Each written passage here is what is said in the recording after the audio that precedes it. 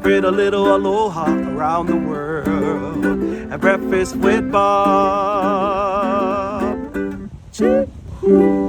Thank you, Poncho Man. Welcome, everybody. Breakfast with Bob, our Kona Championship Edition. My name is Bob Babbitt, and we are brought to you by Master Spas as Fuels, Right Fuel, Right Time, Hoka Fly Human Fly, DeBoer Wetsuits, Quintana Roo, and of course, our Challenged Athletes Foundation. We have now raised over $180 million to keep challenged athletes in the game of life through sport. Our next guest, let's see, two-time silver medalist, Ironman World Championship. In the last from 2014 to 2023, 31 wins, 17 seconds, 3/3, one of the most dominant triathletes in our history, Mr. Lionel Sanders. Lionel, how you doing, bud? Bob, I thought it was Hoka One One. What happened to No, the they don't Hoka do that One One? anymore. They They changed it. they did. I'm They used to got hearing you say Hoka One One. forever, That forever. was They weird. never.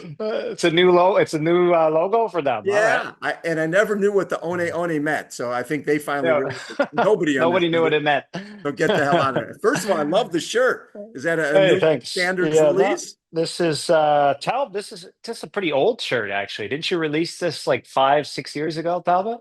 We Recycling. relaunched it. Yeah, we We relaunched launched it it. on Lululemon stuff. I love it. I love it. Yeah. Hey, so you obviously, I think this is your seventh time, if I'm not mistaken, seventh time racing Kona as a pro, at least. How is this different in terms of the buildup? Um, I mean, the big difference is I've done it 7 times and walked 6 of them. So, I'm acutely aware of that. So that's the major difference. I mean, 2022, I really wanted to just race my own race, but I think I already had done all the damage to myself long before, and the writing was on the wall at the Dallas PTO race where I had a fairly poor race and just I knew something was not going well. And I remember sitting in Dallas, sitting after the race at our condo thing and literally crying to Aaron, saying, I don't want to go. I don't want to go to Kona. And I went anyway. You should always trust your gut, trust your intuition, because Yep. I'd already dug my own grave. And I even went out because I did St. George that year in my plan, the St. George World Champs, and I basically did an individual time trial, and it panned out. I ended up Perfectly. running well right to the end, and came into second with like 200 meters to go or something like that. Yep.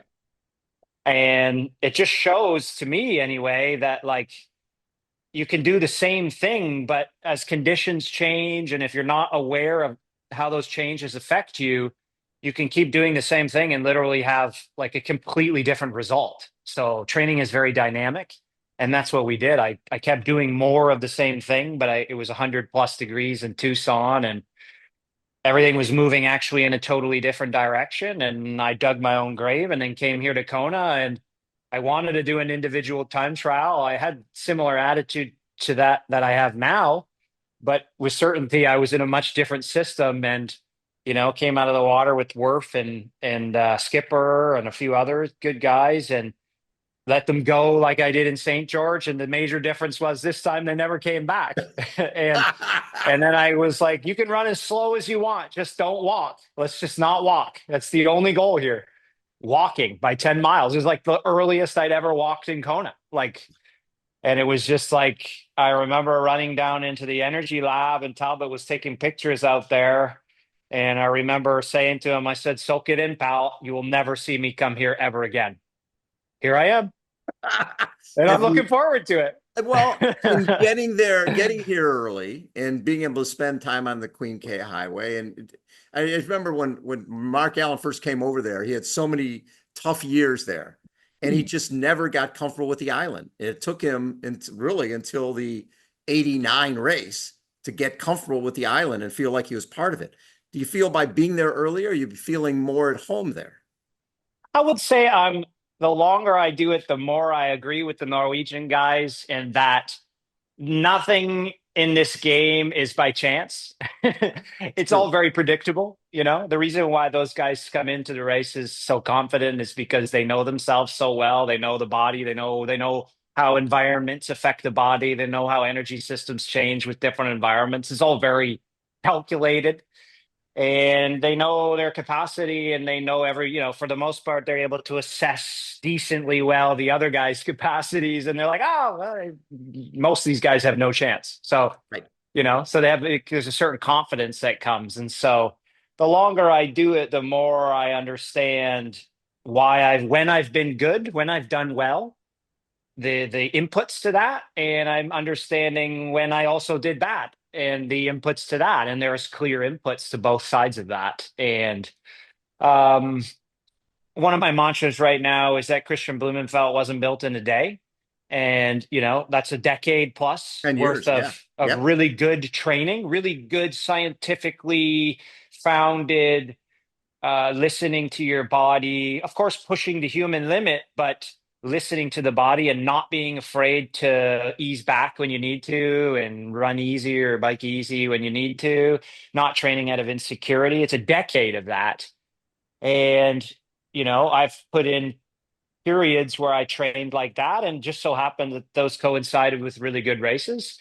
And then I put in also long stretches where I didn't train like that and trained out of insecurity and copied other guys and pushed myself. And I remember even in 2022, after St. George, it was clear to me Christian had beaten me by a little over 4 minutes. And I was like, okay, that's only, I think it was like 1.5% better than I was, something like Yeah. that. And I was like, okay, I already made this mistake once with Patrick when he did this to me. It's just 1% better in the swim, 1% better in the bike, 1% better in the run in 6 months, and you'll be right there. You'll be going for the win. And, what do we do? Well, 3 days later, I go to if you recall, we did the challenged athletes, the relay Oh, yes. in In LA. and I'm like, oh, I'm going to crush this thing. I'm going to train this week. I'm going to train. I don't even need to recover from the Ironman. Flying high after a good race. Don't recover. Crush the race.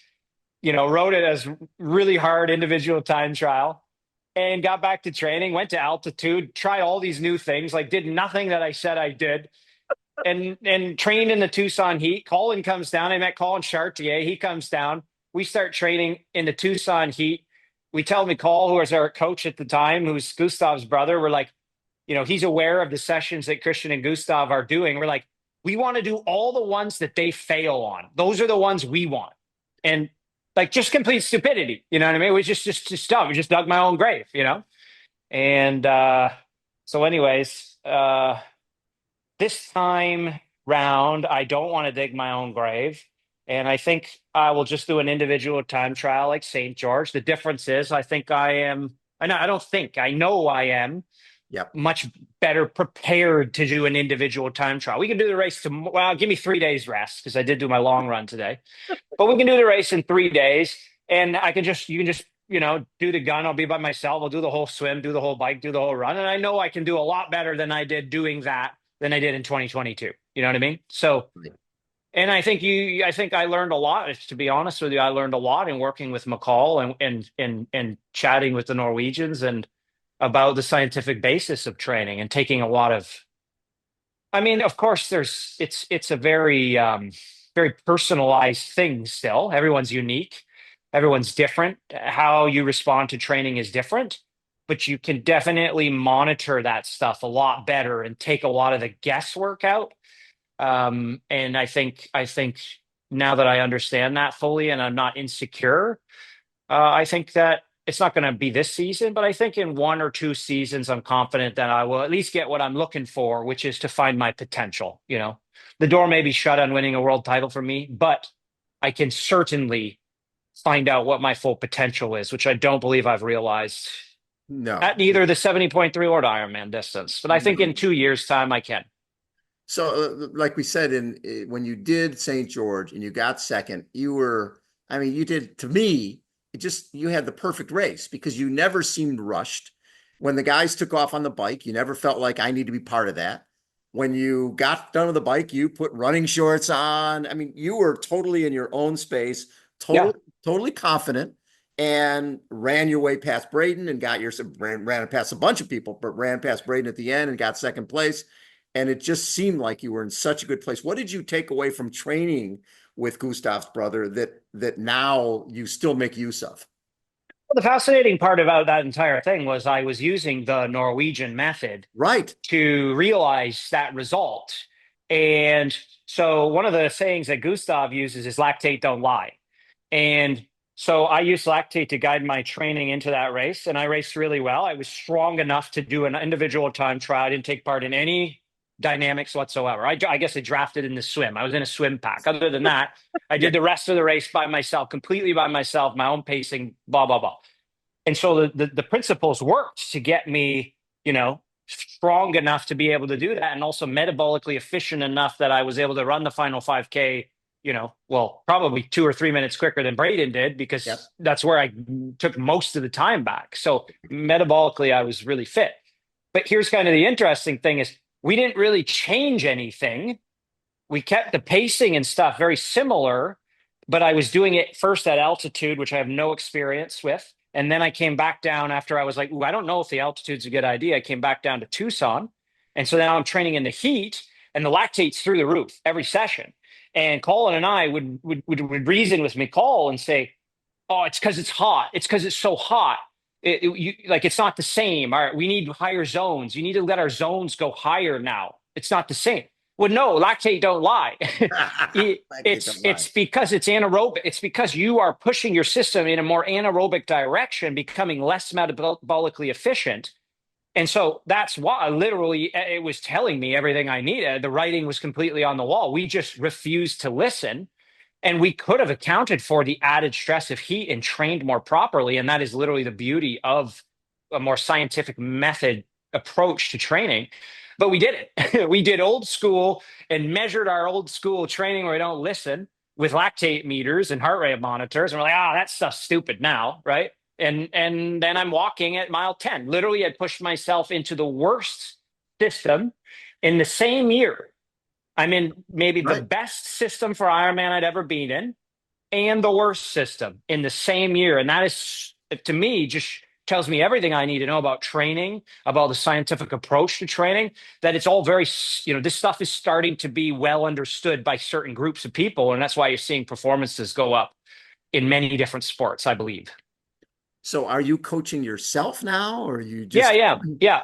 I worked with Frodo for a little bit. Yep. And that was a great experience. But I realized in working with Frodo that in working with McCall that there's only one method that's going to work for me, and it's my method. And I've put, I'm at year 15 now of analysis of myself.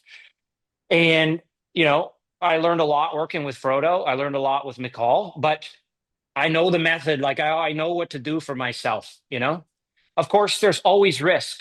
There's always, like, Christian Blumenfeld doing a 115-mile bike to a marathon at 8,000 feet. He just did this 10 days ago or something. Like if you're trying to win, if you're trying to be the best, both the best in the world and the best version of yourself, if you don't push yourself far, you're never going to find your limits. So we're trying to train insane but undertrain. And like that's what's required. And so that's like a puzzle. And if you use these tools, these modern tools, you can probably do a decent job of that. But it don't care who you're coached by or who you're working with. I got injured working with Frodo this year, in my rib. Like, we made mistakes. So it's like nobody has all the answers. You're always going to take risks, and sometimes you're going to take too many risks. And so we made a conscious decision to push the swim to extreme levels. I was swimming 40K a week, swimming intensity almost every single session, swimming through. I even swam through pain. Now, nobody told me to swim through pain, because that's my stupidity. That's you. That's a Lionel Sanders thing. That's my problem, right? But part of that I realized was that if I'm not in the coaching role, I do what I'm told. I'm a good athlete. You know what I mean? Like when I worked with McCall, the same thing. It was McCall and I would still be working together if it wasn't my own problem, which was, you tell me to do something, I can't not do it is a problem. Like, I don't know why. I even say this to Aaron, I don't know why. I can't. If it's on the paper and the coach tells me to do it, I have to do it. And the same working with Frodo is the same with Justin at Aqua Bears. It's like when people tell me to set, I just really struggle with saying, Coach, I think it's too much. It's too much. I need a break. I just can't. I don't know why. when I put the coaching hat on, oh, I'm like, it's too much. Like I don't even need to think about it. I'm like, that's too much. I'm good. It's too much. That's And cool. so I needed to take control back over I have most of the tools. I don't know everything, you know. I'm hoping to train with Christian the next week just so I can listen to his relationship with Olaf, just so I can hear the decisions. And my hypothesis is that they're not afraid to speak up and say it's too much.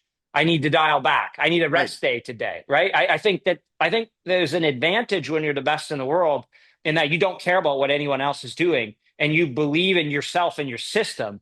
And when you're trying to be the best in the world, you're insecure. Not everybody, but that's probably how I've been.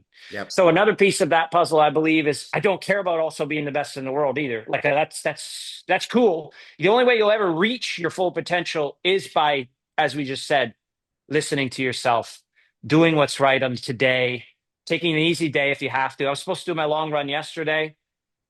I ended up taking an easy day yesterday and did Yeah. my long run today. It went phenomenal. And so I would really struggle to do that if it was written and Frodo told me to do my long run yesterday. I'd be like, oh, I got to do it. I don't want Frodo to think I'm soft. You know what I mean? And I did that into Oceanside too. In Oceanside, I was destroyed. I had a mental breakdown the week before Oceanside this year. I'm talking, I exploded. Like Really? one of the worst mental breakdowns I've ever had because the load was so high and I just couldn't speak up. And a lot of that's working with like my hero in the sport. You know, I don't want to tell my hero in the sport that I can't handle it. It's too much. That's what happened. You know, Wow. and he wouldn't have even afterwards. I told him that he's like, well, you got to speak up. Like this is not we're not trying to create me 2.0. We're trying to create the best you. Right. And it still was just like. It's just like I don't know. I know myself really well now. You know, I've been doing like a walking meditation for 15 years now. But And that's fascinating. If Frodo told you or Olaf told you, you have to do it all. But if you basically make your own training program, you can deviate, and obviously you're having success doing it. it's more of when I put the hat. It's got to be filtered through. I'm the head coach. Right. I put the head coach hat on. Right. It's on me when my rib fractures. Yeah. I did that. You know, I'm the coach now. It looks bad. It looks bad on me. I'm a bad coach. You know, like it's weird. Yes. Like, yeah, and so it's like, and when I put that hat on, then I make better decisions because I'm like it reflects my coaching, and I don't want it. I want to be a good coach. It's also a dream of mine to be a coach and to be a high performance coach and to work with high performance. I want to be around high performance till the day I die. That's my goal. And so I'm also in the back of my mind, like developing my coaching capacity and learning. I've been my own test subject now, basically, you know, trying every different method, copying, investigation of everyone else's training. And the conclusion is that everyone's unique and coaching will never go out of style because everyone's unique. And the mark of a good coach is extracting the highest performance out of every single athlete, not one out of 20 athletes they work with. So when I saw Christian 13 days after the mixed relay at the Olympics go and do what he did in Frankfurt, right? Go without, I think he probably, I don't know how many rides he did on the TT bike going into that, how many long runs he did, and he ended up running 2:32. He ended up killing the course record and killing everybody. Do you look at that and go, he's doing that off of Olympic training, and then he goes and kills everybody at his first Ironman in like 2 years, 2.5 years. Well, I think Christian will be the first guy to tell you that they probably would, if they could go back, they would do something different. The training that they did was more suited to Ironman. That's a piece of the puzzle that I think I certainly did not really understand. And it is volume, how important volume is in all programs, for all distances. I didn't understand that. I was always like, well, I want to come in fresher. Right. But yeah. Doing high volume pushes your system in a more aerobic fat burning direction. And to have an extremely well developed aerobic system is the foundation of everything. it effectively is lowering your, or rather raising your threshold, because let's say you have more contribution from aerobic sources, then even if you have a static amount of anaerobic or carbohydrate contribution, if there's more coming from the aerobic side of things, then the threshold will be higher due to the static amount of let's say carbohydrate contribution. And so, but it's a balance, of course, because the more volume and the more, like, let's call it LT1 or aerobic threshold type, first threshold type training you do, it'll drive the lactate down and reduce your capacity to utilize those sources and to use them as rapidly. And so it's like always a balancing act of, we do these anaerobic sessions, drive the system in one direction towards one way of recruiting energy and producing speed. And then we balance it in the other direction through a more aerobic pathway to produce energy and speed. And that's the balance and that's the game. And so I think they would be the first ones to tell you that, well, they obviously didn't get that balance right, because I don't think 12th place or whatever he finished was the goal for them. And I mean, quite honestly, I would think that second would have been a failure for him. You know what I mean? And so 12th is a complete failure. But then that also shows that the training they did was phenomenal for Ironman. So his aerobic system was phenomenal. The guy could not even train for an Ironman and run almost one of the fastest runs in all time. In an Ironman. So they're the guys who kind of rewrote the ideas that there is specialization, of course, like he got 12th at the Olympics. So to win, the specialization would have to now be slightly different. But the foundation of all triathlon is the same, right? They are the ones who kind of proved that to the world. And they're also the ones who really shut the door, I think, for the most part, on the old school way, which is like no data, just train your brains out type thing. And it's like, well, the problem with that is, you run let's say the upper limit of that style of training is like 240 in the marathon, something like that. And that was off a fairly weak bike, Now guys are pushing 310 to 320 in Ironmans and running 240. That's like a not that good, like the best runners are running almost 230. Yeah, almost 230. That's all energy, right? And so to not be cognizant of energy and what direction you're pushing your system through training, the door is pretty well closed on that in Ironman, I would say. Like if you're not cognizant of that in some way. And fascinatingly, having the data that I have now, when I've had my best Ironmans by chance, some people get it right by chance and thus don't believe in the science side. And so in 2017, the zones or whatever I was training at actually aligned really well with good training zones for myself from a metabolic standpoint to push my system in a fairly efficient aerobic direction. And then in subsequent years, until I relearned these things in 2020, whatever it was, the St. George year, I was doing things in more middling intensities. And so pushing, not really getting a better threshold and also not really improving my aerobic threshold. So it's all makes sense, like nothing's by chance, like nothing happens by chance. There's no chance, you roll the dice, guys are rolling the dice. And sometimes they roll it and it works. And sometimes they roll it and it don't work. And I did that a long time. And that's not what the best guys are doing now.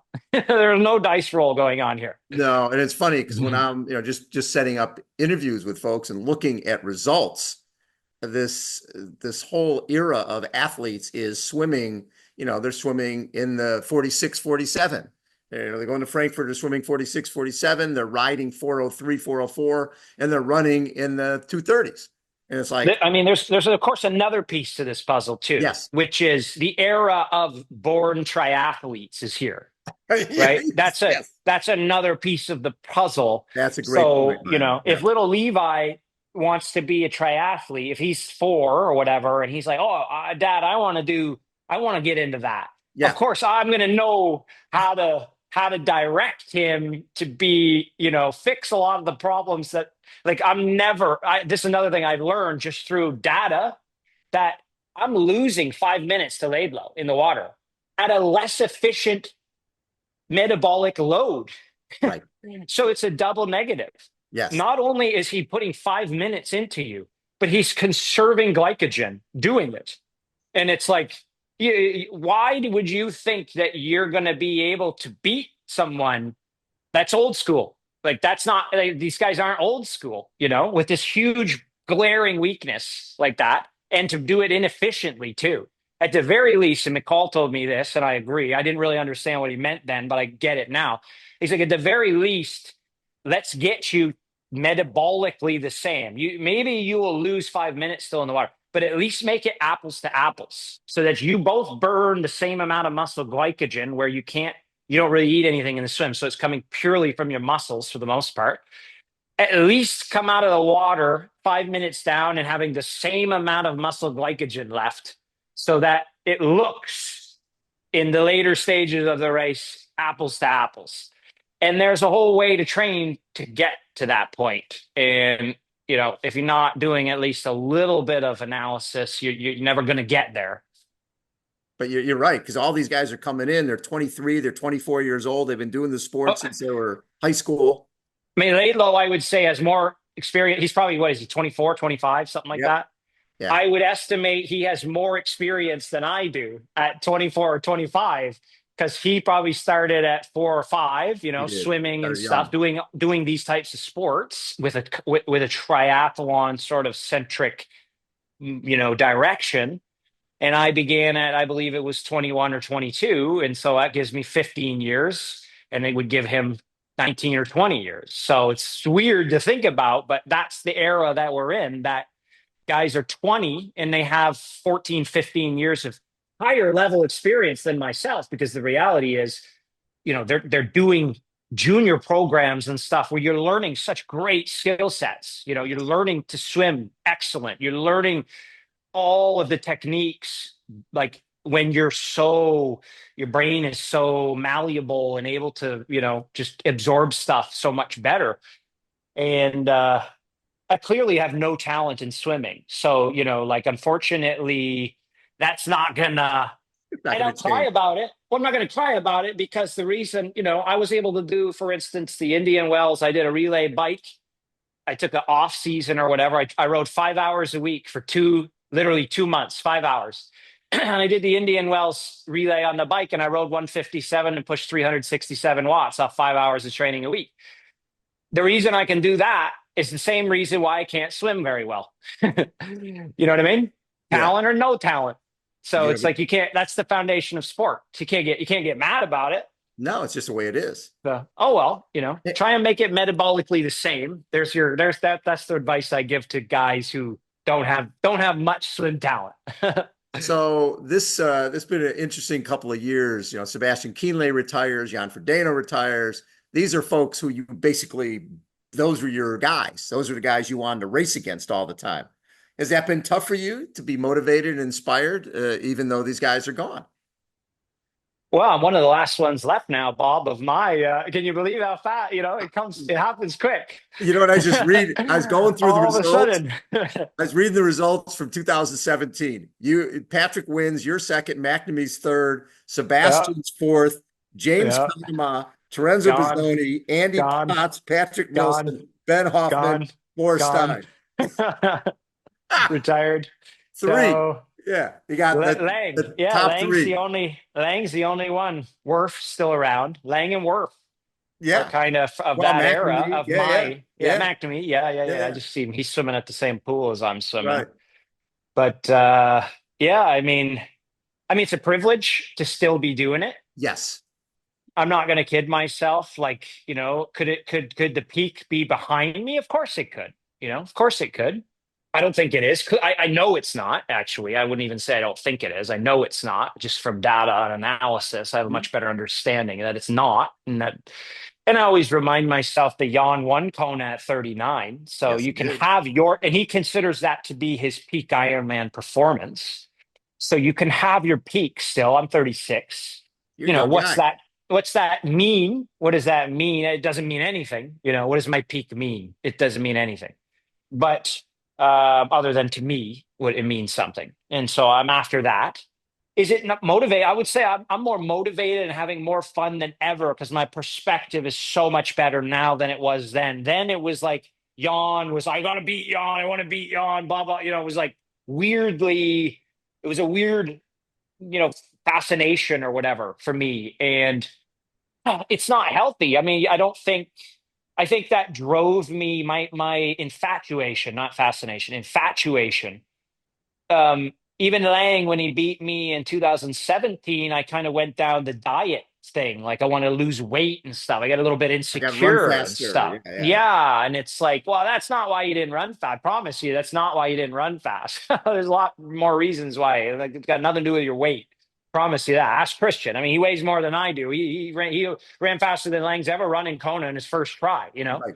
So it's not weight. So I would say more than ever, I'm motivated, I'm inspired, I'm having fun.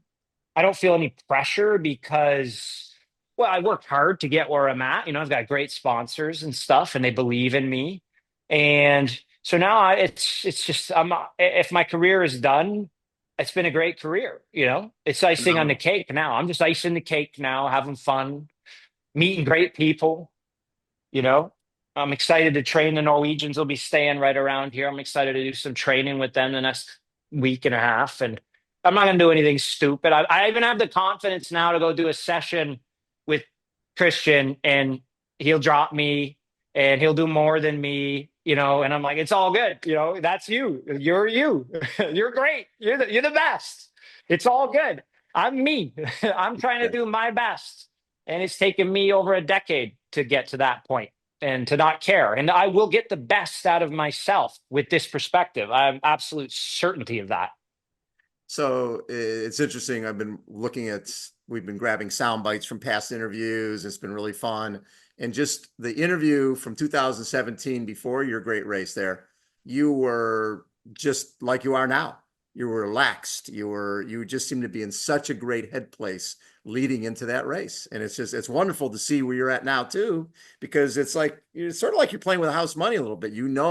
Yourself. The other guys are going to do their own thing. You don't have to be thinking, Sebi, Jan, I got to beat these guys. I've just got to be the best version of a Lionel Sanders. Which I wanted to do that in 2022. I know I wanted to do that. But you've got to be fit too, you know, you've got to be fit because the Ironman in Kona is the hardest Ironman you'll probably ever do. Right. This is the work. What it's doing because it's so hot and humid and windy and it's an ocean swim, so non-wetsuit, and the water is even warm, is it's effectively lowering your thresholds. In the moment you get off the plane, everything's like everything's been lowered. And so, you have to have gotten them very high because they're all being lowered. And if you're not cognizant of how they change in the conditions, then you will destroy yourself. I promise. I've done it many times. And so, better to undertrain than overtrain. Better to train less and absorb it than train more and not absorb it. Like these are all probably the right perspectives you should be having in this environment. And so, yes, I wanted to do that in 2022. I wasn't in a good headspace, but I did want to do that. But this time, at least, I don't feel. I'm going to stop saying the word I feel. I know I'm in a much better system than I was then. And so I'm much more confident in myself and my capacity. And yeah, it is house money. It's exciting. It's fun. We're making vlogs. We're having fun. Going to go train with some, great guys. It's a It's all privilege about. to do this. We're in freaking Hawaii. My little boy's on a month trip to Hawaii. I mean, Best. I'm living the dream, man. I'm living the dream. The 26th, I love this sport. I don't want to disrespect this sport in any way. I'm going to give it my all out there. But if it's 33rd again or whatever it was, I couldn't have done any better. This time I did do a good job. I'm fit. I No, listened to you're my ready. body. That's another thing that I've had to tell myself, there's a lot of great coaches who weren't good athletes. Some of the best coaches in the world Yeah. probably weren't themselves great athletes. So it doesn't mean if I don't win the world title, it doesn't make me a bad coach. I've also had that because always in the back of my head, I've always been like, want to be a coach. And it's like, well, now I understand coaching. Now I understand principles. Now I understand that a coach is more there not to like, it's easy to create sessions to destroy you. That's easy. I mean, I could create a session to destroy myself any day. That's to wake up. That'd be easy to create that session. much harder to create sessions and workloads that get you there really fit but not cooked, right? Like that's the art of coaching and working with the psychology. And so it's taken me a long time to appreciate that just because I'm not the best doesn't mean I'm not a bad coach. It doesn't undermine my coaching. You know what I Not mean? at all.